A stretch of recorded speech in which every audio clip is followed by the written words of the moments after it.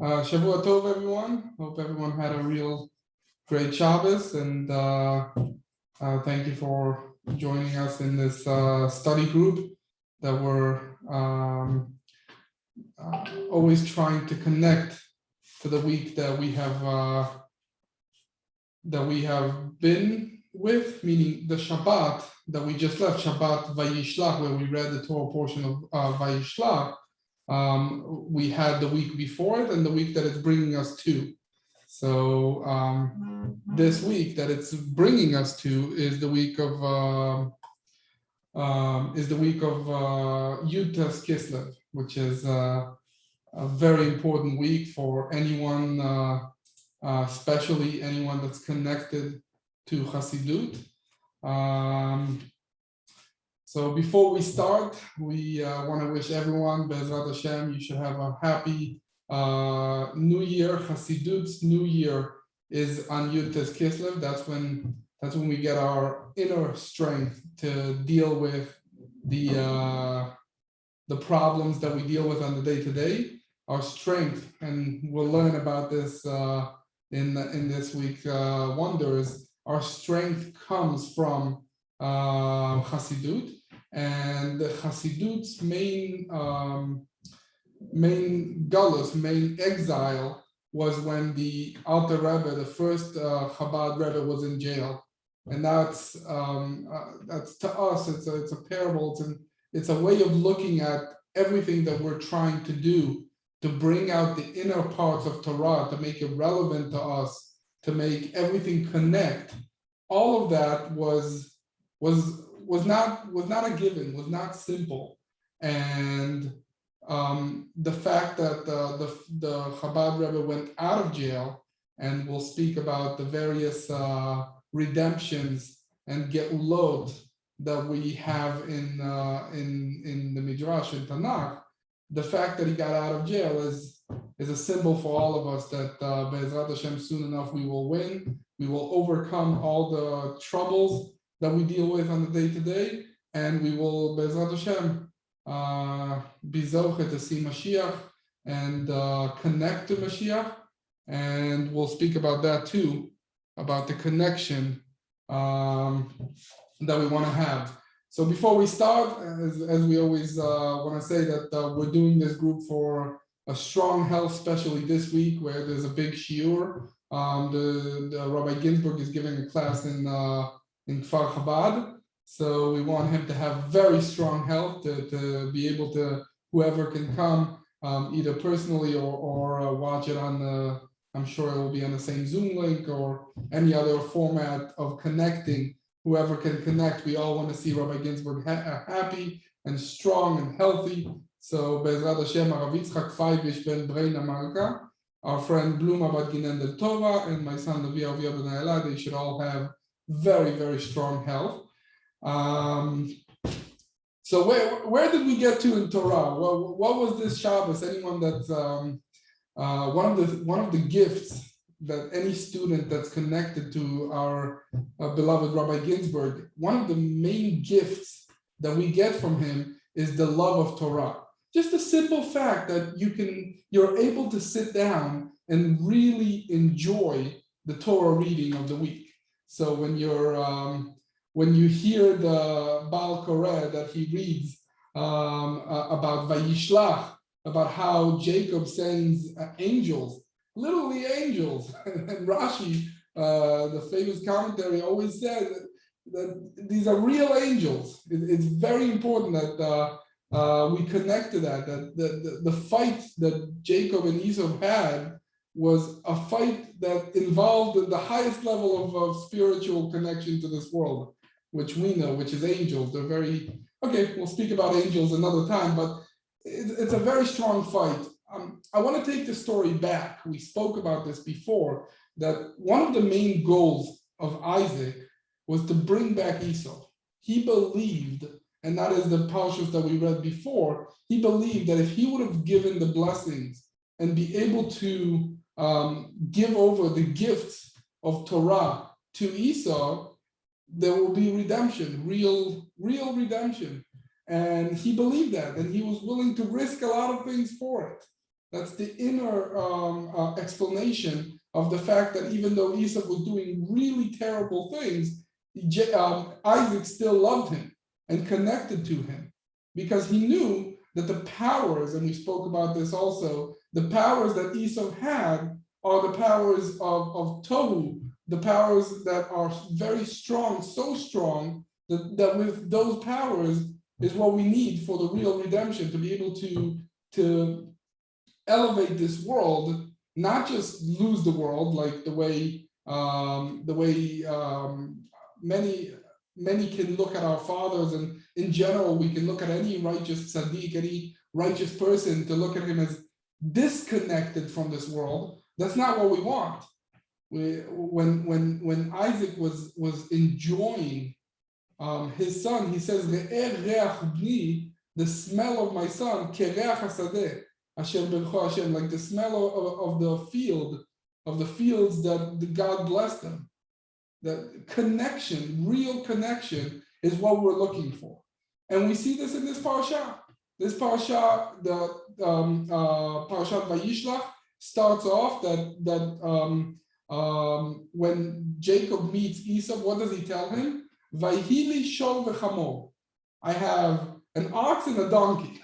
And what is he really trying to tell him? He's trying to tell him that I have Mashiach. I have everything needed. The ox represents the heat, the Mashiach ben Yosef, the strong urge for spirituality. And the donkey represents Mashiach ben David, which is riding on a donkey. We always say that Mashiach, the Messiah, is going to be riding on a donkey. And the explanation is not just that he's going to have a nice white donkey, but more that he would be riding on physical means.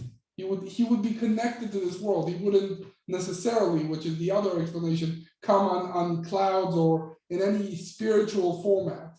Mashiach, redemption, is not just something spiritually that's in the head, but it's something physically that we can connect to.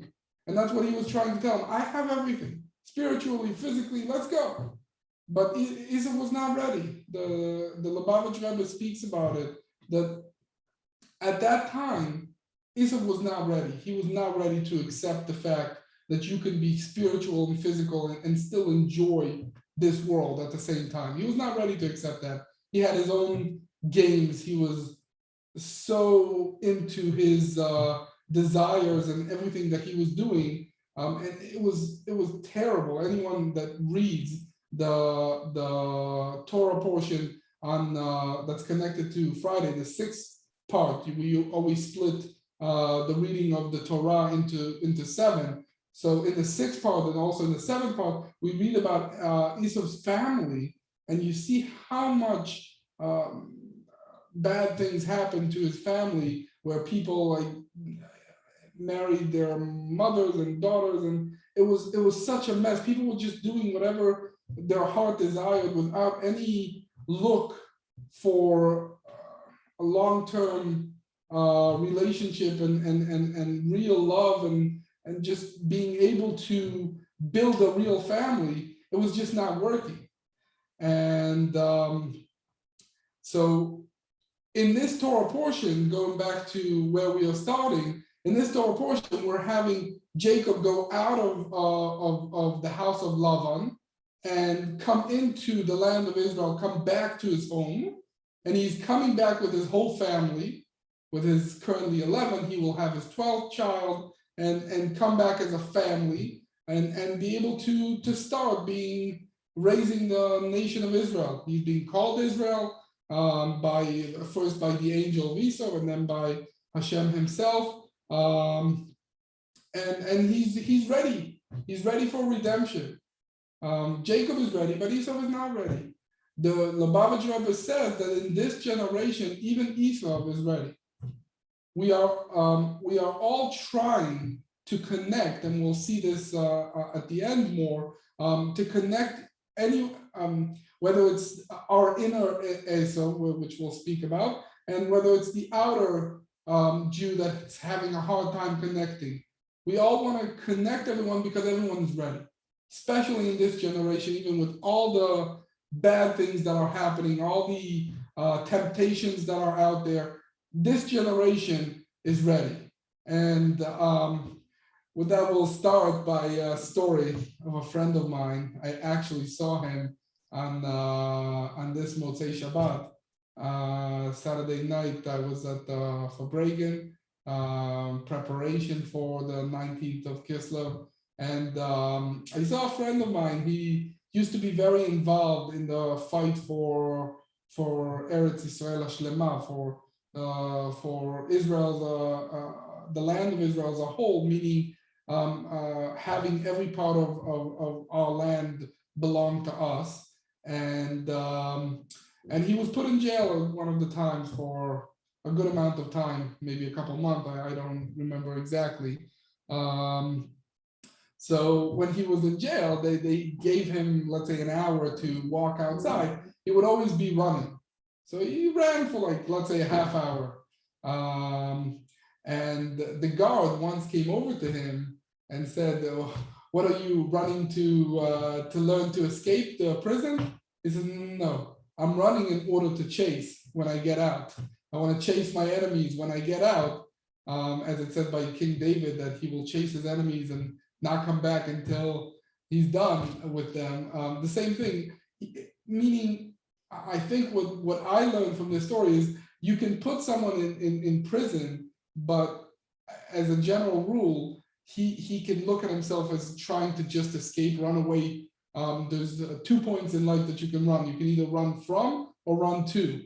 So you can run away from prison, but he was mainly running to get what he wanted. So with this, we'll start with this Torah portion. I actually, I was enjoying this Torah portion so much that I want to read it from inside a little bit. So we'll try to do it slowly. It's only the first part of this parasha. We'll see how it goes. So the first pasuk starts that Vayishlach Yaakov Malachim. Jacob sends angels. Lefanav el Esav Achiv Arza Seir Sde Edom. So he sends angel in front of him to go to Esau in his land of Seir, the field of Edom. Vayitzav otam lemor, and he commands them to say, Kotomrun la'adoni le'esav. This is what you should say to my master, la'adoni. This is something that the commentators dwell on, that he calls him his master. La'adoni le'esav, ko amar abdecha Yaakov. This is what your servant Jacob said. Im Lavan garti, I was living with Lavan, ve'echar adata, and I've tarried until now. I've dealt with everything that I've had before, and now I'm coming. Vayhili shor v'chamor, and I've acquired an ox and a donkey. Tzon ve'eved v'shivcha, ve'eshlecha la'agid la'adoni limtzo chen be'enecha. I have folks, and I have manservants and maidservants, and I have all this to tell my master to find favor in your eyes. Okay, I'm going to skip a little bit because we don't have all the time, even though there's a lot to talk about each of these psukim. But the angels come back and say that Esau, and there's a lot of, there's a game between the words my brother or your brother and the word Esau. Because the word my brother represents the fact that Jacob wants to connect to him as a brother. We know even to date, many times, especially in Israel, when you want to connect to someone, you call him Achi, my brother. So that's a connection. And there's Esau. Esau represents someone that's, it's like saying a name of a gangster. There's someone that's really like an evil person. Esau was a well-known name of someone that does not, that you do not tread lightly next to, that the one wrong word and you're not part of this world anymore. So those two expressions, my brother and Esau, come back many times. Tell my brother and tell Esau, which one? Is he going to be my brother or is he going to be Esau? How is he going to react to me? And the angels come back. It says, we came to your brother, to Esau, which means you think he's your brother, but he's really Esau, and he's coming to you and he's got 400 warriors with him, 400 real soldiers, and now Vayar Yaakov me'od vayatzel. Jacob became very frightened, and he was in distress. Then he starts doing the famous things that he got split into Doron, Tfilah, Milchama, that he gave him a present, he davened, and he was ready for war. So he put all the options on the table. And after he does the minimum preparation, comes the psukim that we want to talk about. It's 4 psukim, the 10th pasuk until the 14th, that Jacob is davening to Hashem. He's saying to Hashem, he's saying to God. First, he starts with an introduction. O God of my fathers, of Abraham, and God of my father Isaac. So the God who said to me, return to your land and to your birthplace, and I will do good to you. That's the preparation. And then he has a second pasuk that katomti mikol hachasadim, which is a very important pasuk, as we spoke about a lot of being humble. I have became small from all the kindness and the truth that you've rendered your servant. But then, after he has the introduction, he starts with the real prayer of what he's asking for. What is he asking for? Hatzileni na. Now, deliver me. You can translate it as simply deliver me, but also save me. Save me from miyad achi, from my brother, miyad Esav, who is also Esav. Again, as we said, with the word game between my brother Achi and Esav. Because I'm frightened of him. Maybe he would hit me. Em albanim, a mother and her sons. So let's stop. Let's dwell on this for a minute. What's happening here? Let's ask a first question. If Jacob was so concerned, but he just said that God promised him to come back to the land. So what are you concerned with? You have a promise that everything will be fine. So there's several explanations. One of the beautiful explanations that Rabbi Ginsburgh speaks about is that he's also worried spiritually. Esau represents our thought process. He represents our whole thought process. And he's worried that even if physically he can't hurt me, if we go into war, even if I win him physically, I overcome him and his men, I will still have the part of him. And remember, Esau came from the same mother. They were together in a womb. The difference between Jacob and Esau as far as is only a few seconds between each one of them. It's a thought process, and he was scared. Em al-Banim represents in Kabbalah the mother and the son. The mother is the thought process, and the sons are the actions. That first Esau goes into your thoughts. Rabbi Ginsburgh brings from the first Rebbe of Slonim, who brings from the Berditchever. He brings that many times this word game of my brother and Esau is the same game that the inclination, the evil inclination, the Yetzer Hara plays with us. Many times he tells us, this is okay, in your situation, maybe this is something you could do. And he plays like your brother. He cares for you, and therefore he's open to you doing stuff that you should not do. So that's one form of Yetzer Hara, of our one way to look at things. The other way is Esau. He says to you, yeah, it's something bad, but you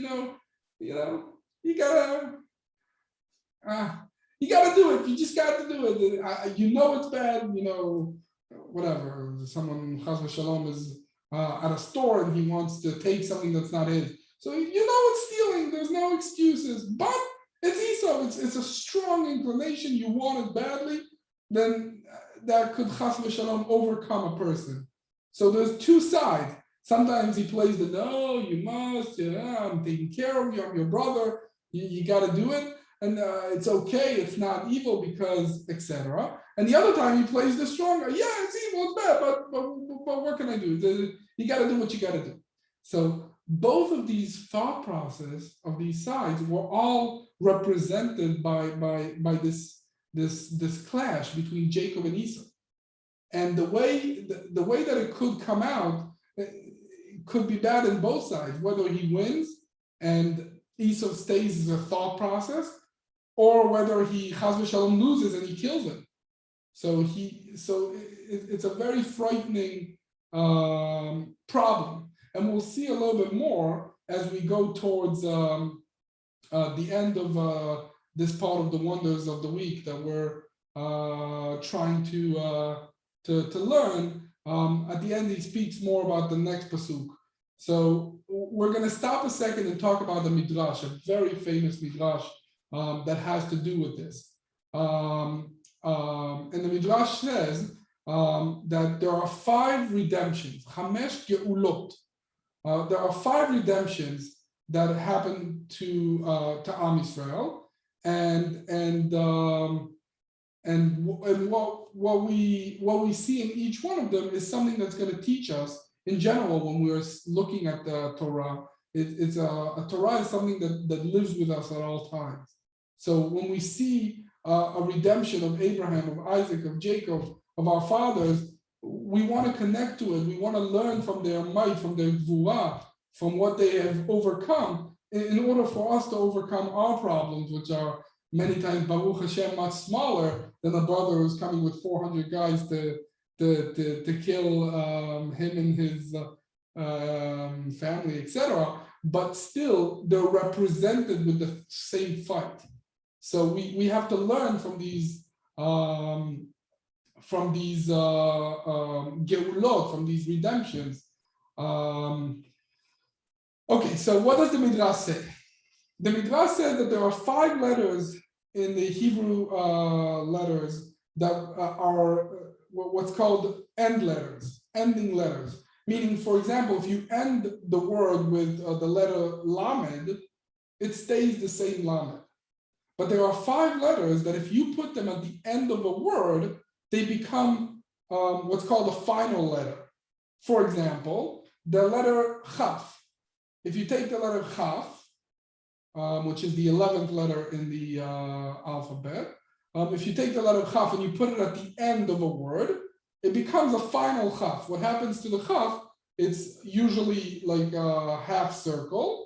And when you put it at the end, the bottom half just falls down and it becomes like an L shape, upside down L shape. So there are 5 letters, and those 5 letters represents the 5 geulot, and they're in order. So what's the 5 redemptions that the Midrash tells us? The first redemption is the famous Lech Lecha. Go, Lech Lecha is go for yourself. Or go out.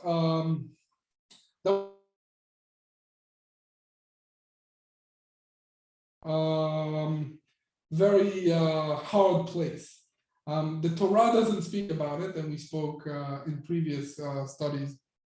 For some reason, my internet is giving me issues. Let's hope that it'll be fine. So Abraham was living in a very hard environment. And he was fighting with both his father and his family and the king of the time. He was in a very tough place. And the command from Hashem was, go, Lech Lecha. So those Lech Lecha, 2 chafs, represent his redemption. What is the redemption of Abraham? To leave the environment that you're in. Leave your it could be your bad zone, meaning the bad place that you're in. And everyone, unfortunately, at many times in life, is faced with a bad place that he's in. But it doesn't have to be necessarily a bad place. When Rabbi Ginsburgh taught this, he was speaking more about whenever you're living in your father's house, when someone's young, or whenever I'm going to take it a little bit to our world, hoping it'll stay accurate. But the way I see it is whenever you're living in your comfort zone, in where you're used to, in your home, as far as whenever someone says home, it means place that you're comfortable. You could be not doing what you're supposed to do. You're not, to an extent, you're worshiping idols instead of God. What does that mean? You're connected to something, when idols in Hebrew is called avodah zarah, a foreign type of workplace, that you're not connected to God's mission to you. You're not connected to yourself, and you're not connected to the mission that you're in. You're in a bad environment. Even though the environment could be a great environment, could be an awesome place. You're living in the best place. You're comfortable here, you're waking up in the morning, you're doing whatever you want to do, etc. But for your soul, for your mission in life, this place is not where you're supposed to be. And when you have that, you need to do a lech lecha, go out. And that's the redemption of Abraham, to go out of his area. And that's where he started everything. That's where Judaism started. He was the first Jew for that lech lecha, to go out, get out of, the whole world is looking at things one way, lots of idols, and everyone has their different ways of worshiping, whether it's themselves or idols that they make, etc. And Abraham is looking at things completely different and getting out of this whole way of thinking and going. And everywhere he goes, they try to take Sarah from him, they give him issues, and he has to fight with the kings and fight for. He goes through tremendous trouble, but at the end of the day, he gets out of it and creates an amazing future, that first for the Jewish people and then for the whole world. That's Abraham, and that's his redemption. And the symbol of that redemption is the final chaf, which is lech lecha, the second letter and the fourth letter in these two words. Lech lecha. So that's his redemption. And as we said a little bit, we can all connect to that first redemption. Now we're talking about the redemption of Isaac. The Midrash says that the redemption of Isaac is from the two words matzanu mayim. We have found water. Isaac's life was very interesting. He was actually never really bothered by his surrounding. He lived by Avimelech, who was the king, and he was very nervous that the king would take his wife from him, just like what happened with Sarah. And it didn't happen. They let him live. They let him be. Why is that? Because he was a very inner person, very spiritual, very connected to himself, very wealthy. He became very, very wealthy. But at the end of the day, his thought process was like a tunnel, was very deep and just something that's not something you can connect to. It's not something that you can understand. What happened at the end of his time there? They said to him, Avimelech said to him, "Go away from us because you're too you're too strong, you're too powerful." They just didn't understand him. They weren't fighting with him. They didn't do him any harm. They just couldn't connect to him. So his exile was within himself. He was sitting in his home, he was studying, he was learning, he was giving different thought processes, but at the end of the day, he was within himself. There was no connection, and he was disappointed in that. And what happened? What symbolizes the redemption of that is at the end of the day, when Avimelech came over to him and wanted to do peace with him, when reality came to connect a little bit to what he has to say, is the fact that they found water. That the water, the inner water, when you dig a well, you dig until you hit water. When you hit water, already you can have what you were looking for. So that finding of water is to be able to have a thought process, but be able also to connect it to this world, to not stay within yourself. Many of us have ideas and plans and things we want to do, but they're all in our head. They're not, when every business and every person that have ever made a business plan knows the first rule of business plan is that everything you think will not happen. It's always going to be different. The thought process will come into this world and create something. But that creation will never be the way you planned it. There's many reasons why, but the concept is that when you're within yourself and reality doesn't connect to you, that's exile. It's a different type of exile than what Abraham was in, that he wanted to come out, but the world around him was fighting him, and he had to get out of his environment. Here, the world around him just was not caring. No one saw him. And what he really wanted was for everyone to be able to connect to his well springs, to his water. And that finding of water is that connection, resembles that might that Isaac was going through. He didn't give up. He didn't start acting the way everyone else was acting. He still wanted his thought process to be his, but he wanted everyone to enjoy from it. He wanted everyone to be part of it. He wanted redemption. And his redemption was symbolized with finding of water. So that's the second redemption. Remember, there's 5 final letters. The second redemption is in the final letter of Mem. Mem, the final Mem, is when it becomes a full square. Then there's the third redemption. The third redemption is Jacob over here. What's happening to Jacob? He has everything, but everything is at risk. He has a huge problem that came to his front door. Obviously, he had the problems before with Laban, why he had to leave. But at the end of the day, now he's looking at a problem that excuse me. He's looking at a problem that's outside of him that he has to overcome. And that problem requires something that was not focused on before. The first 2 fathers were focusing on what they had to do. Here requires something because he was thinking, Jacob was saying, okay, what I have to do is one thing, but I need God's help. And with that, he went and prayed. We have a rule, Rabbi Ginsburgh taught us once a rule, that whenever you have a real problem, you have to make like a real tough decision, or whenever you are dealing with stress or with something painful, wait until the first prayer, whether it's Shacharis, the morning prayer, or the afternoon prayer, Mincha, or Arvit at night, but go through one prayer with the problem. That prayer, what is the prayer? Save me, Atzileni na. The Nun is the letter of his redemption. And if we read, right after he prayed, he just continued walking. His problem disappeared. He connected to God in a way that allowed him to be fully comfortable that it will be okay. I can say about myself, whenever I go on important business meetings or when I meet with people that are important to decisions that I need made, etc., I say a Perek Tehillim on the way.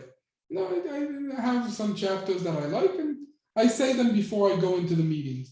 And just the fact that you can stop, say the Perek Tehillim, connect to God, connect to faith, to Emunah, that's already redemption. Remember that prayer is basically putting on someone above you. If all the pressure is on you, it's a very problematic. It's a big problem, and being able to connect to God, to faith, that already is the solution.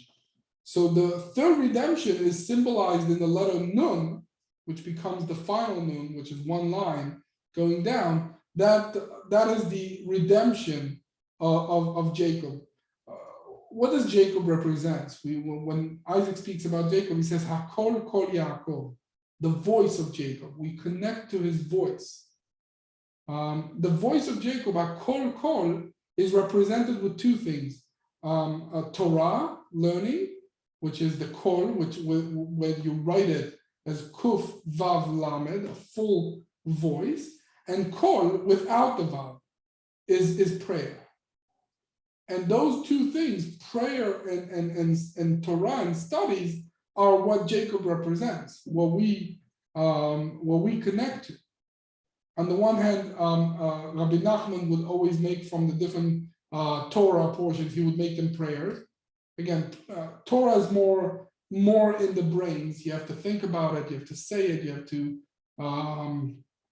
to analyze it. There's a lot of things we have to do for Torah, but prayer is in the heart. You have to connect to it. I can say that with my kids, it's much easier for me to say, sit down and study. Okay, yeah, you have to sit down and study. You say it on every study, even on math studies, from the Torah studies. But sit down and study. You'll connect later, maybe, depending on the study. Because we should all connect right away. But at the end of the day, when you study, you study. Prayer, you can't force someone to pray. It's a connection. It's a heart thing. You have to connect. And that connection is something that has to come from within. But that connection is also redemption. It's the Geulah of the letter Nun. That's Hatzileinina, it's represented with that. That voice of Jacob is the voice of mercy. It's mercy on this world. We see that when he meets his future wife, Rachel, he sees her being a shepherd because Laban didn't have any sons. So his daughter was the one bringing the sheep. And what it represents for us is the galut of the Shekhinah. That the Shekhinah, which is the higher way of looking at Klal Yisrael in general, that all Jews, when we're not in our homeland, when we have to go out, take the sheep, which is our souls of Israel, and just go out of our home to bring them food, that symbolizes exile. And that exile where Jacob comes in and cries. Vayisait kolo vayar, he raises his voice again, in our sense is rachamim, is mercy, real connection, and cries. And what does he do right away? He right away takes care of it. He takes care of the cover of the well. He lets the animals drink. He goes in and says, I'll do whatever it takes to marry Rachel, I'll take care of the sheep. He takes care of reality. He goes to reality and connects to it. That's what Jacob is so good at, going to actual physical world and taking the sheep and bringing it to elevate it, to connect to Rachel, to connect to Leah, etc. And at the end of the day, to have us, first obviously Jews, but then the whole world be elevated to a higher level. Again, a good sign, we learn, we don't have much time, I'll try to rush through to get to the end, which is the sweetest part where Jacob is promised that everything will be okay, real good. But before that, I want to say that prayer is a sign. We know in the Mishnah, it speaks about that. How did he know if the person was going to be healthy? It's because when he prayed for him, his prayer was going out of his tongue in a good way, meaning it was connected. It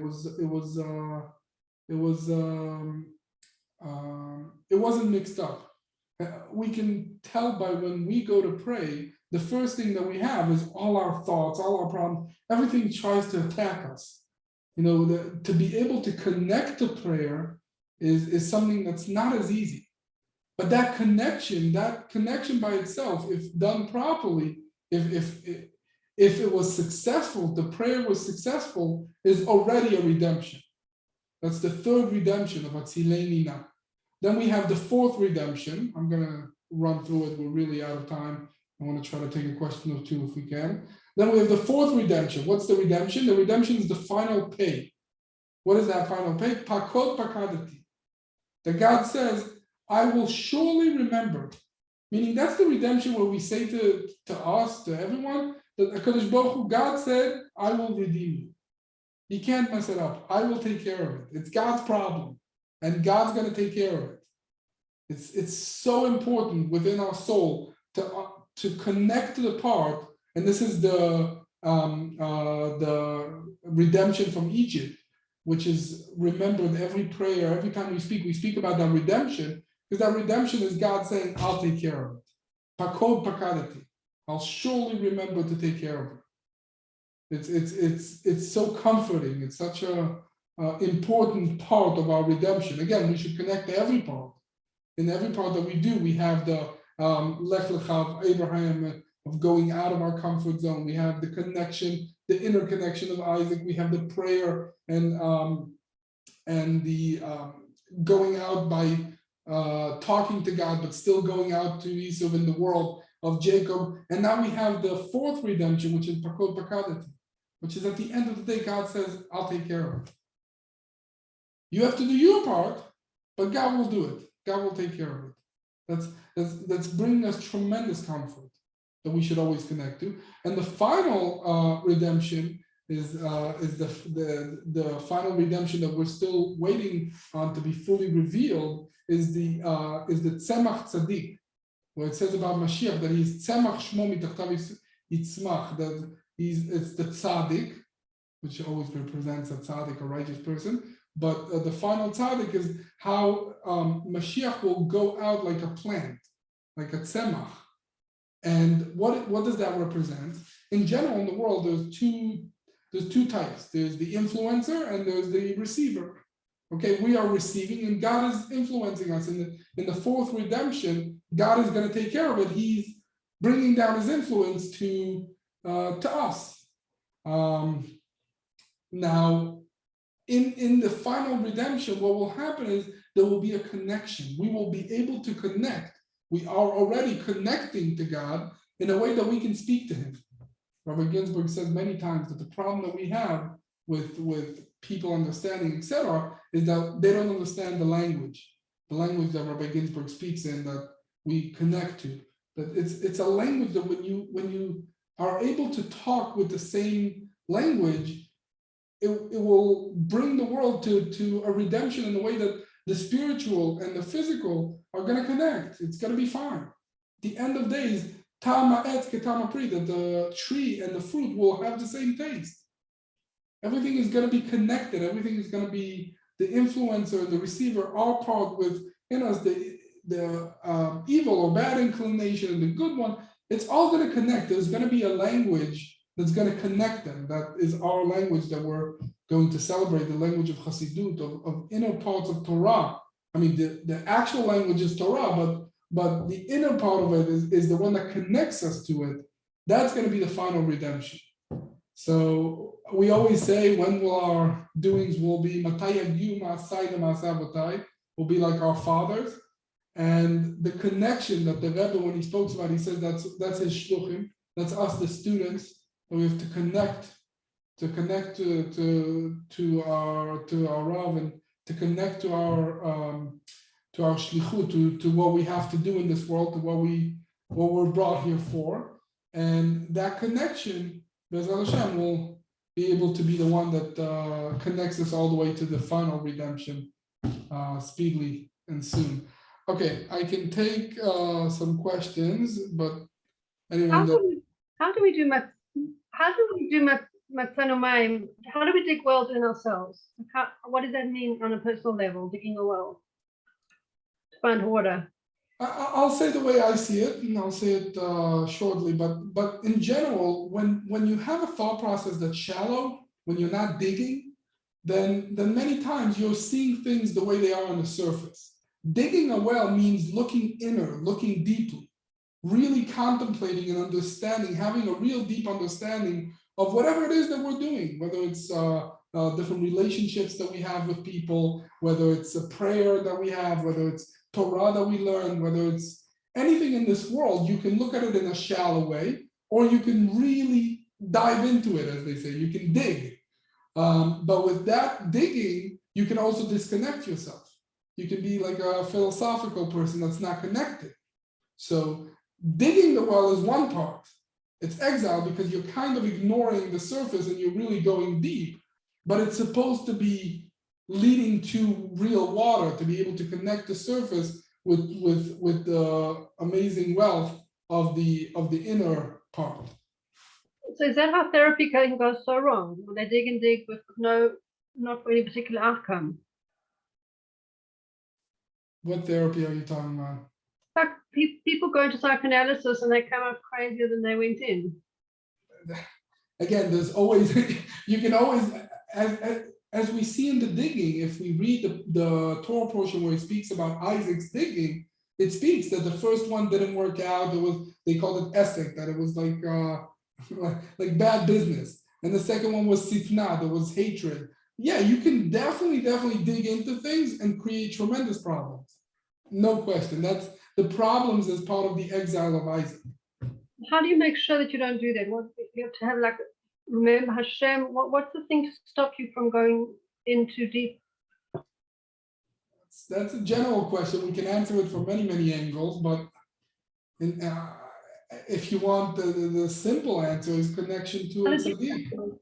As we said in the fifth redemption, connection. When you're connected to a tzaddik and you're trying to connect to all the tzaddikim, to all of the people of Israel as one thing, but also to our fathers, to Abraham, Isaac, and Jacob, and to our favorite Rabbi Ginsburgh, and when you're connected to Torah, but also connected to the tzaddikim, to people that are connected to Hashem, then you have much better chance of digging the right wells and less getting in less trouble.